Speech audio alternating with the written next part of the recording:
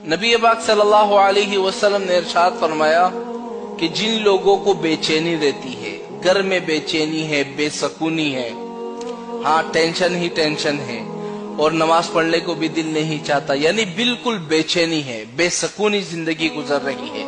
हुजूर ने फरमाया मैं तुम्हें एक ऐसी दुआ ना बतलाऊं, अगर तुम उस दुआ को सिर्फ 7 मरतबा पढ़ लेते हो, फजर की नमाज के बाद सिर्फ 7 मरतबा पढ़ लेते हो, तो तुम्हारी बेचैनी खत्म, तुम्हारा बेसकूनी खत्म हो जाएगा, तुम्हारे जिंदगी में सुकून ही सुकून होगा, बेचैनी खत्म हो जाएगी। बाद अक्सर लोग मुझे कहा करते हैं मौलाना साहब बड़ी बेचैनी रहती है, दिल को सुकून नहीं मिलता।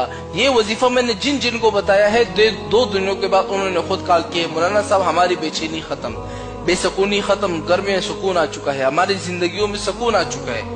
अब वो दुआ कौन सी है? मैं आप लोगों से भी ये कहता हूँ कि भाई अगर आपकी जिंदगी में बेचैनी है, बेसकूनी है, इस दुआ को फजर की नमाज के बाद सिर्फ 7 मरतबा पढ़ लो, आपकी बेचैनी खत्म हो जाएगी। वो दुआ कौन सी है जरा नोट कर ले।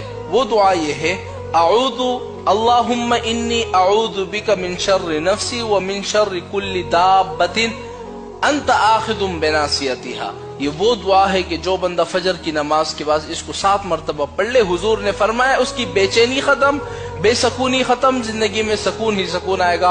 और फिर वो हमें भी दुआ करेगा, क्योंकि मैं तो वो दुआ बतलाता हूँ लोगों को जो कि अहादीस में आई होती है, जो कि हुजूर का फरमान होता है। हुजूर के फरमान से बड़ी कोई चीज है?